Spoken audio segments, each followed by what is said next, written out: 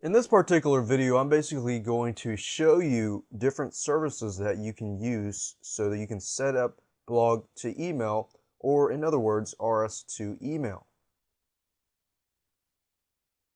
Now, there's nothing wrong with RSS readers like Google Readers. Like, for example, we talked about earlier how you could give your viewers the RSS feeds and they could add it to their Google Reader or RSS readers.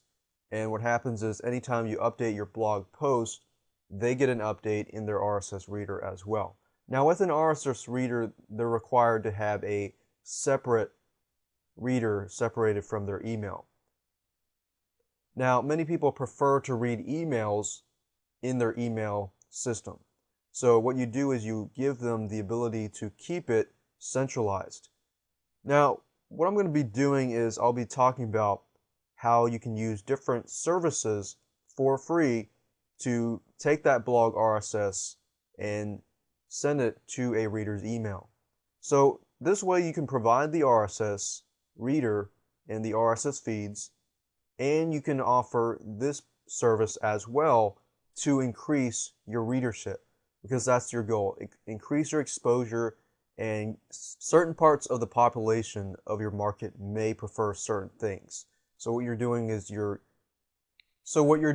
giving them solutions that would really help them out. So let's go ahead and talk about those services.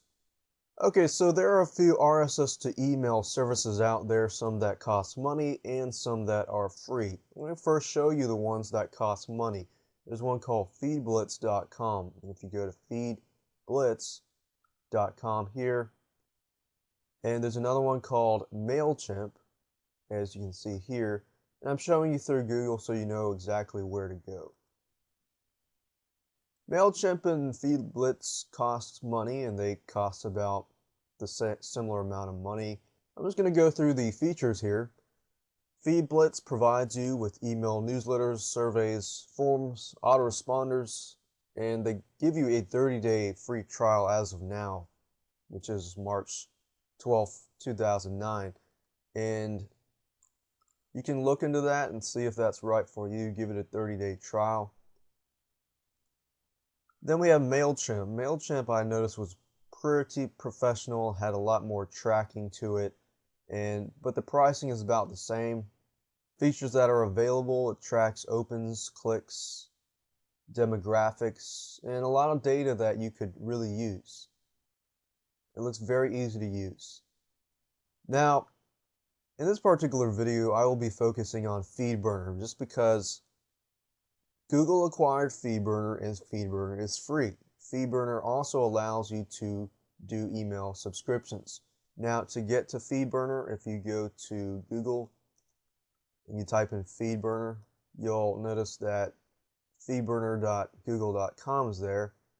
And what will happen is you'll find your feed and you'll click on your feed and you'll have these tabs up here. You'll want to click on the Publicize tab and then click on the email subscriptions. And then you'll have this activate button where you click activate, and that's it. So, and then copy this code into your blog. Now it does have choices for Typepad or Blogger.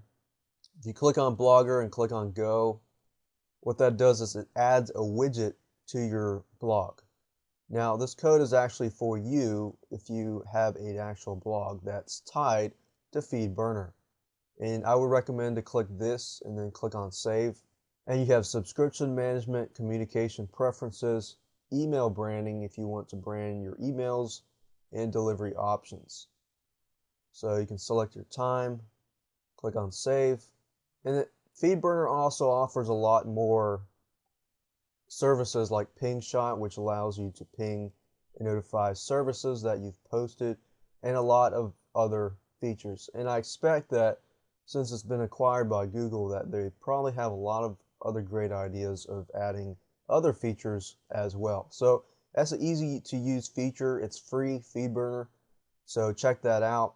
And if you want to get even more professional, then check out those other two sites, feedblitz.com and MailChimp.com. But I would recommend to start with feedburner.com, and then if you expand later on, if you feel like you need more tracking options, and things like that, and then go with the other sites.